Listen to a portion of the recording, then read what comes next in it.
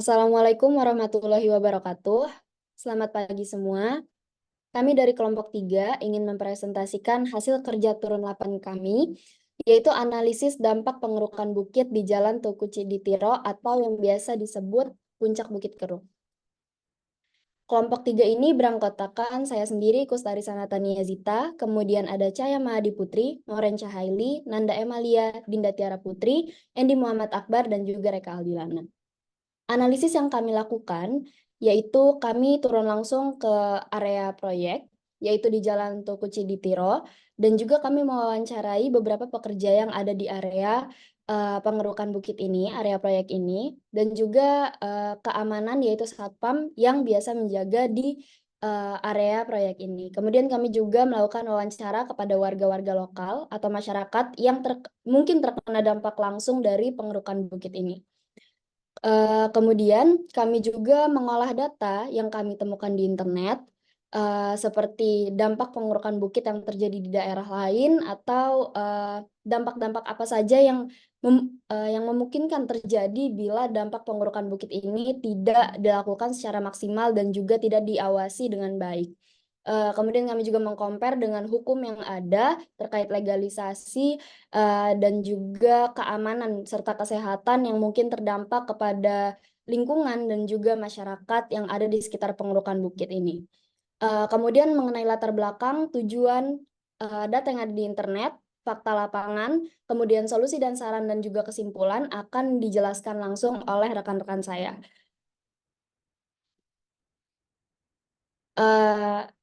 Kemudian setelah ini akan dijelaskan latar belakang oleh rekan saya yaitu Reka Albilan.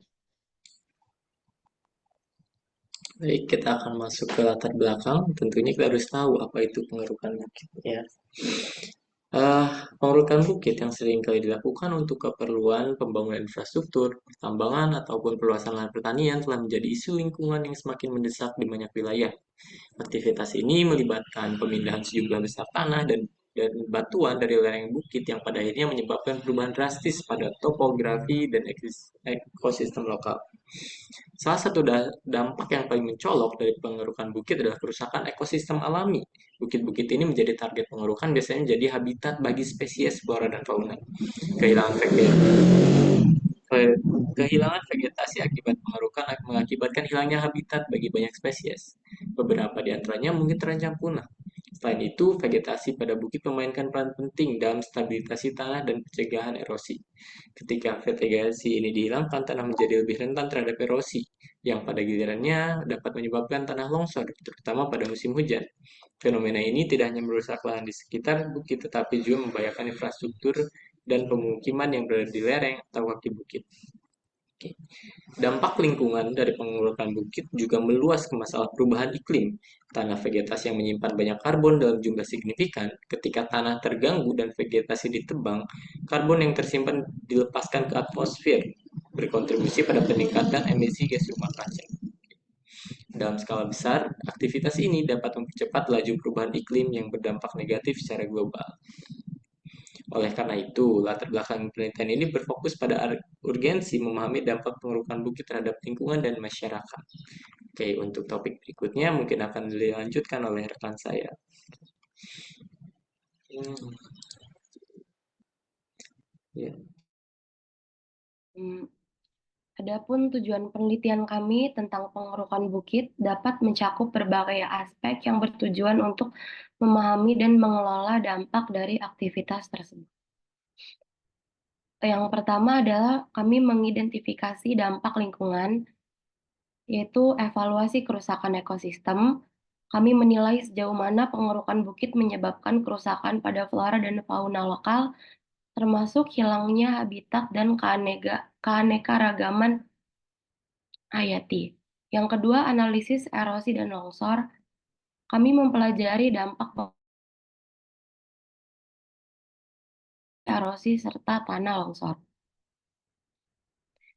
Lalu kami penilaian kualitas air, yaitu meneliti perubahan dalam siklus hidrologi dan kualitas air akibat pengerukan bukit, termasuk resiko banjir dan sedimentasi. Lalu kami mengukur dampak sosial dan ekonomi. Yang pertama, dampak pada masyarakat lokal. Kami meneliti bagaimana pengerukan bukit mempengaruhi mata pencaharian, kesehatan, dan kesejahteraan masyarakat yang tinggal di sekitar area yang terkena dampak. Analisis ekonomi, yaitu kami mengkaji dampak ekonomi dari pengerukan bukit, baik positif seperti penciptaan lapangan kerja maupun negatif seperti kerugian dalam sektor pertanian dan pariwisata. Selanjutnya akan dijelaskan dengan rekan saya. Baik, terima kasih Kak Dinda. Selanjutnya adalah data lapangan. Karena kami sudah turun ke TKP secara langsung, berikut adalah beberapa data atau fakta data yang kami temukan. Nah, data ini kami temukan setelah melakukan wawancara dari dua pihak yang berbeda. Yang pertama dari pihak mandor proyek tersebut sendiri, dan yang kedua dari beberapa warga setempat. Nah, dalam wawancara yang dilakukan dengan mandor dari proyek tersebut, terungkap yang pertama itu ada mengenai dampak perizinan dan dampak ekonomi. Dari sisi Bapak mandor tersebut menyatakan bahwa semua izin telah diurus baik dari tingkat atas hingga tingkat bawah. Beliau juga menyampaikan bahwa jika proyek ini terpaksa dihentikan, akan berdampak buruk bagi beberapa pekerja, seperti supir, buruh, dan pekerja lain di sekitar area tersebut. Yang kedua, dari hasil pengerukan bukit ini, mayoritas konsumen berasal dari kalangan menengah. Biaya penyewaan untuk pekerja mencapai Rp180.000 per orang dengan total penghasilan mencapai Rp1.440.000 per harinya. Meskipun proyek ini memberikan manfaat ekonomi, namun dari sisi warga yang kami temukan di lapangan, warga setempat mengatakan bahwa merasakan beberapa dampak negatif, seperti kerusakan jalan dan lain sebagainya. Namun pengerukan ini juga dikatakan bahwa cukup mempermudah akses untuk mencari tanah, pembelian batu, tanah timbunan, dan lain sebagainya. Dan yang ketiga, dalam hal kerugian, dari sisi mandor tersebut tidak mengetahui secara pasti total kerugian yang terjadi. Namun, tidak terdapat tantangan lingkungan yang signifikan setelah pengerukan, kecuali kerusakan jalan yang parah. Meskipun proyek ini memberikan manfaat ekonomi, tidak terlihat dampak yang signifikan terhadap lingkungan dan pekerjaan bagi warga setempat dari sisi warga. Bapak mandor tersebut kemudian menyarankan untuk menunggu hingga pengerukan selesai dan perumahan dibangun agar jalan segera diperbaiki.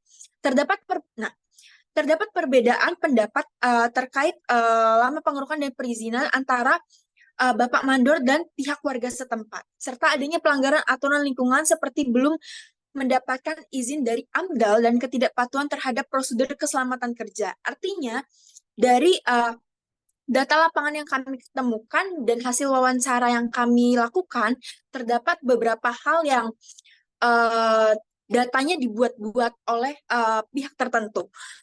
Dengan berbagai informasi yang terungkap dalam wawancara, ini terdapat kompleksitas dan tantangan yang terkait dengan proyek pengerukan di bukit dekat Kampung Vietnam. Kemudian diperlukan koordinasi yang baik antara semua pihak terkait untuk memastikan bahwa proyek ini dapat memberikan manfaat ekonomi yang seimbang dengan perlindungan lingkungan dan kesejahteraan masyarakat setempat. Selanjutnya, untuk fakta lapangan akan dijelaskan oleh rekan saya.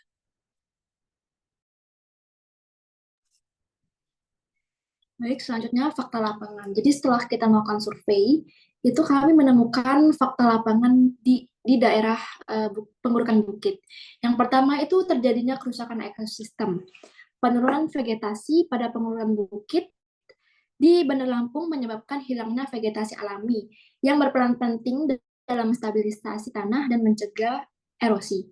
Yang kedua itu resiko tinggi terjadinya longsor dan juga erosi. Dari pengerukan bukit ini jadi merusak struktur tanah alami dan membuatnya lebih mudah runtuh. Yang ketiga itu dampak hidrologi.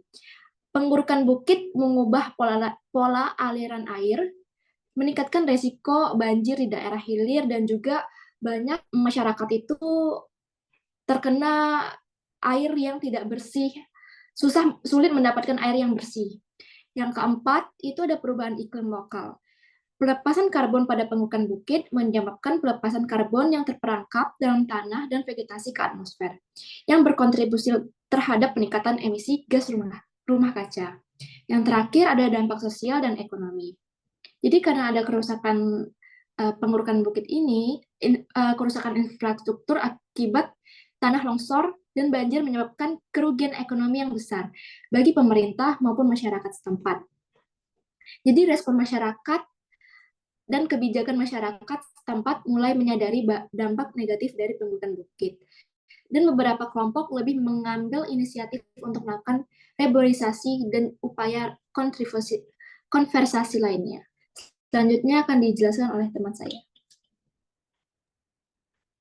Baik, setelah kita membaca dari tadi data-data yang telah diungkap dari lapangan, dari source-source yang ada, maka kita bisa memberikan solusi dan saran bagi pihak-pihak atau stakeholder daripada pihak proyek ataupun pemerintah. Di sini ada 4 poin yang kita dapatkan, yaitu yang pertama, pihak pengeruk harus bertanggung jawab untuk memperbaiki jalan yang rusak akibat kendaraan proyek.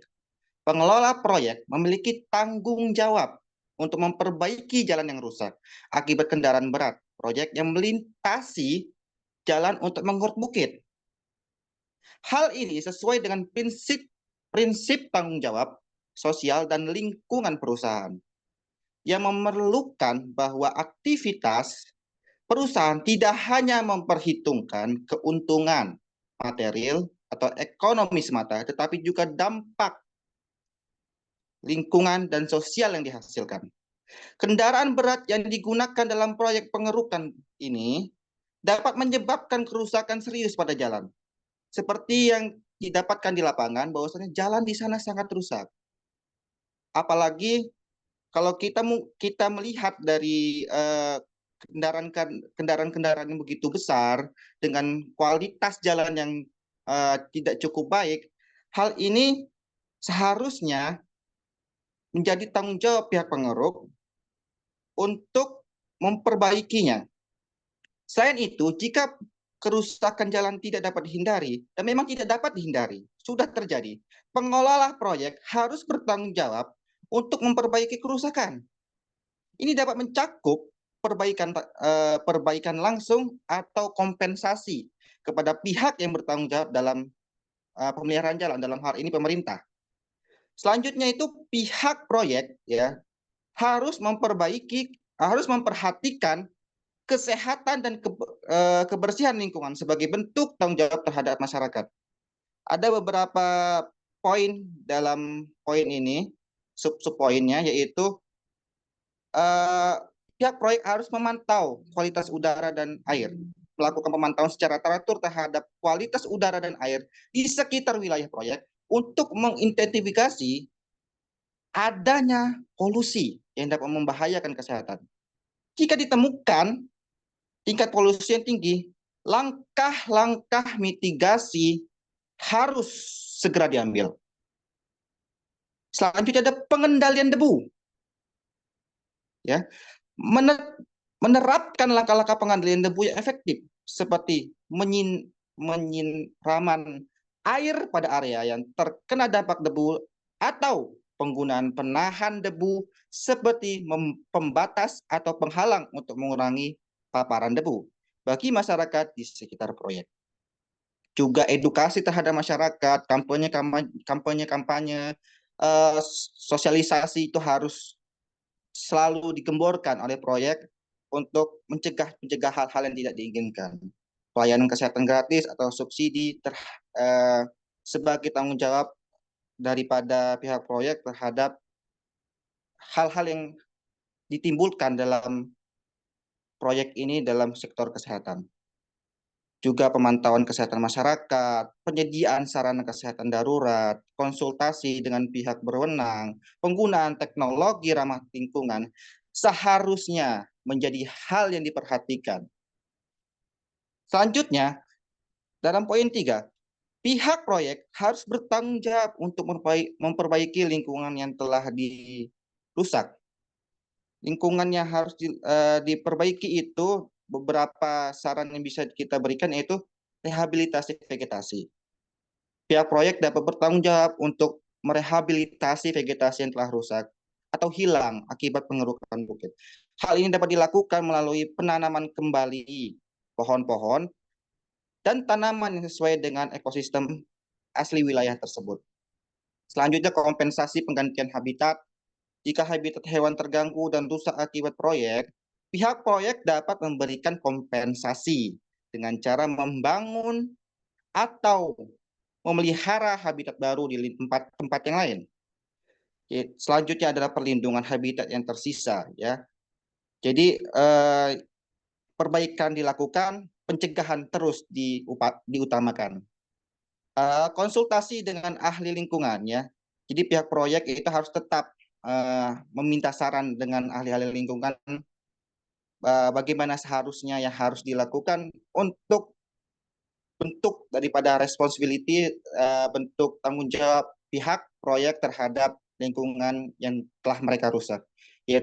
Dan selanjutnya tetap pada prinsipnya itu kesadaran dan edukasi harus ditumbuhkan. Selanjutnya adalah dari sisi pemerintah. Pada poin 4, pemerintah harus melakukan inspeksi atau sidak atau pemeriksaan ke lokasi atas aturan-aturan terkait seperti Peraturan Pemerintah Nomor 27 Tahun 1999 tentang analisis mengenai dampak lingkungan dan Peraturan Pemerintah Nomor 27 Tahun 2012 tentang izin lingkungan. Peraturan Pemerintah Nomor 27 Tahun 1999 tentang analisis mengenai dampak lingkungan, yaitu AMDAL, dan Peraturan Pemerintah Nomor 27 Tahun 2012 tentang izin lingkungan adalah salah satu instrumen hukum yang penting dalam mengatur proses pengelolaan lingkungan hidup di Indonesia. Dalam konteks ini, pengurukan bukit pemerintah harus dapat memastikan bahwasannya pihak proyek patuh terhadap aturan-aturan tersebut. Sehingganya AMDAL diterapkan, penilaian dampak lingkungan dan rencana pengelolaan lingkungan juga diterapkan, terus izin didapatkan, jangan sampai proyek ini ilegal. Kita belum mendapatkan data-data yang memastikan bahwasanya proyek ini legal, gitu ya. Pengawasan dan penetapan hukum, konsultasi publik, serta pemantauan dan evaluasi, dan dengan demikian Peraturan Nomor 27 Tahun 1999 tentang analisis mengenai dampak lingkungan memberikan kerangka kerja yang penting bagi pemerintah untuk mengatur, mengelola proyek, mengawasi dalam proyek ini, yaitu proyek pengerukan bukit. Selanjutnya akan dijelaskan oleh rekan saya, Anda Malia. Oke, teman-teman, mungkin karena tadi kita udah dengar dari awal penjelasan, mulai dari latar belakang, tujuan, data lapangan, bahkan sampai simpulan dan saran, mungkin sekarang lanjut ke bagian kesimpulan. Apa sih yang bisa kita simpulin dari apa yang udah kita presentasiin tadi? Jadi, kesimpulannya itu, pengerukan bukit memerlukan perhatian dan pengelolaan yang sangat berhati-hati. Karena dampak negatifnya terhadap lingkungan, sosial, dan ekonomi bisa sangat besar jika tidak ditangani dengan tepat. Sosial dan ekonomi, oleh karena itu, penting untuk melakukan kajian mendalam dan komprehensif, melibatkan partisipasi masyarakat, serta mengembangkan rencana rehabilitasi dan kebijakan yang mendukung keberlanjutan. Dengan pendekatan yang hati-hati dan bertanggung jawab, dampak negatif dari pengerukan bukit dapat diminimalkan, sementara manfaat potensial dapat dimaksimalkan. Ini memastikan keseimbangan antara pembangunan, pelestarian lingkungan, dan kesejahteraan masyarakat. Jadi, dalam konteks ini, ketika kita akan melakukan sebuah hal yang dampaknya itu nggak hanya pada satu sektor, tapi juga dampaknya itu ke berbagai sektor, kita itu harus benar-benar memastikan izinnya, masyarakat setempatnya, dampak apa yang mereka rasakan. Jadi kita tidak boleh hanya secara objektif melakukan itu, misalnya karena ya gue nggak punya pekerjaan, jadi gue ngelakuin ini biar bisa ngebiayain anak istri buaya, tapi kan ada orang lain yang berdampak dalam kasus ini. Jadi kita harus mempentingkan orang-orang yang terdampak dalam kasus ini. Jadi kalau bisa, apabila ada hal seperti ini lagi, kita harus benar-benar hati-hati dan aware terhadap masyarakat dan juga perizinan-perizinan yang perlu dilakukan.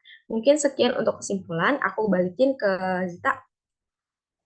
Baik, terima kasih rekan-rekan semua untuk penjelasannya. Kami berharap dengan analisis yang kami lakukan terkait dampak dari pengerukan bukit ini bukan hanya berdampak baik bagi daerah kita saja, Bandar Lampung, tetapi juga menjadi acuan atau menjadi salah satu referensi yang bisa digunakan oleh seluruh lapisan masyarakat di Indonesia. Dan semoga dengan adanya analisis ini kita tidak hanya terfokus pada sektor pembangunan saja. Jadi bukit-bukit kita tidak hanya habis saja untuk pembangunan, tetapi juga semoga ini semua bermanfaat baik untuk kelestarian lingkungan dan juga bermanfaat untuk seluruh kesejahteraan rakyat Indonesia. Kami berterima kasih kepada Pak Febra atas kesempatannya untuk melakukan analisa turun ke lapangan langsung ini. Ini semua bermanfaat bagi kami untuk menambah pengalaman kami dan juga memberikan kesempatan bagi kami untuk berpartisipasi untuk mencoba mencari solusi terkait masalah yang ada di masyarakat. Terima kasih. Kami akhiri. Demikian presentasi yang bisa kami sampaikan. Wabillahi taufiq walhidayah. Wassalamualaikum warahmatullahi wabarakatuh.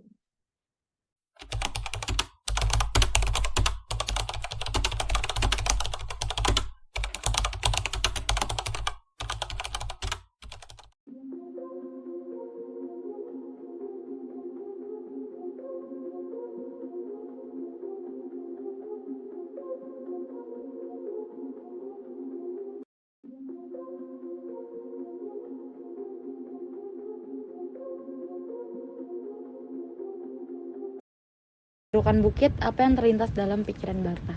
Ya pemerataan aja, saya mah lintasan nggak mungkin dapat harta. Pemerataan lahan ini namanya itu. Terus udah berapa tahun terjadinya penggerukan bukit? Baru gue setahun ya. Kurang lebih setahun. Oh, baru setahun. Aku ya Kak. Bila proyek ini terus dilaksanakan, apa dampaknya buat Bapak dan karyawan gitu? Apakah membuka lapangan pekerjaan untuk warga sekitar? Ya, kurang lebih seperti itu. Buka lapangan pekerjaan supir-supir, warga. Kalau dampaknya nggak ada. Dampaknya emang nggak ada. Tambah warga senang semua ini. Karena mau ada perumahan gitu loh. Oh, iya ya Pak. Apakah selama ini ada keluhan dari warga karena adanya proyek pengerukan bukit? Warga mendukung. Loh. Siap. Dengan adanya pekerjaan ini.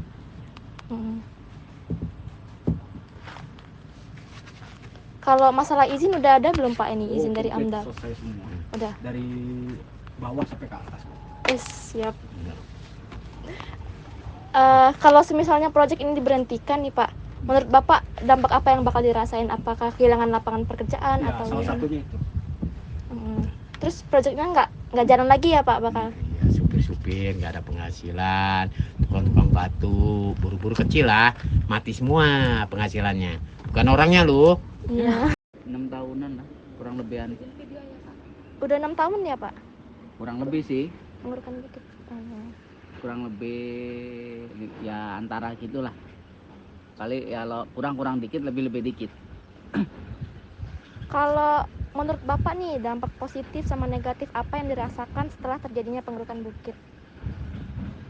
Kalau saya kan bukan warga sini, cuman kebanyakan warga sini mengeluhnya jalan. Rusak. Karena mau lewat. Terus ya mungkin lama diperbaikin karena ada penambangan ini mungkin ya. Mungkin.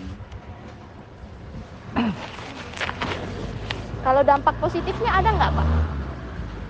Positifnya gimana ya? Positifnya mungkin di sini kan apa ya? Lahannya itu kan miring ya. Jadi orang mau beli tanah mungkin lebih gampang gitu ya. Itu aja untuk pembangunan. Kalau cari tanah istilahnya di sini deket gitu kan. Kayak beli batu, beli tanah timbunan ya. ya mungkin kalau belinya deket gitu kalau si baiknya bagusnya. Cuman ya itu mungkin jalan itu mungkin Jalannya. Iya, hancur ya, Pak. ya warga kalau itu ngeluhnya ya jalannya rusak. Udah Gitu. lama berarti hampir 7 tahun ya? Ya kurang lebih. Berarti tuh orangnya yang jaga di situ ganti-ganti ya, Pak ya? Iya mungkin mandornya mungkin Ganti-ganti. ganti-ganti. Tadi katanya dia di situ baru 1 tahun. Oh ya mungkin. Ya mungkin ya taruhlah palinginnya 5 tahun lah gitu aja. Paling lamanya lah gitu. Kalau menurut Bapak nih ada total kerugian nggak Pak dari pengurukan bukit? Kalau ada berapa kira-kira Pak? Kurang paham kalau masalah kerugian enggaknya mah. Oh iya. Karena saya di sini kan datang kerja udah pulang udah. Kalau warga kalau warga setempat mungkin ya kalau ditanyain seperti itu mungkin ada sisi baik sisi buruknya gitu. Warganya ya orang-orang perumahan ini ya? Iya ya banyak ya, itu kan dekat tuh. Itu kan jalan itu langsung ke perumahan tadi. Nah, situ sama sini sama yang sono kan lintasin jalan ini, yuk. Lintasin jalan sini.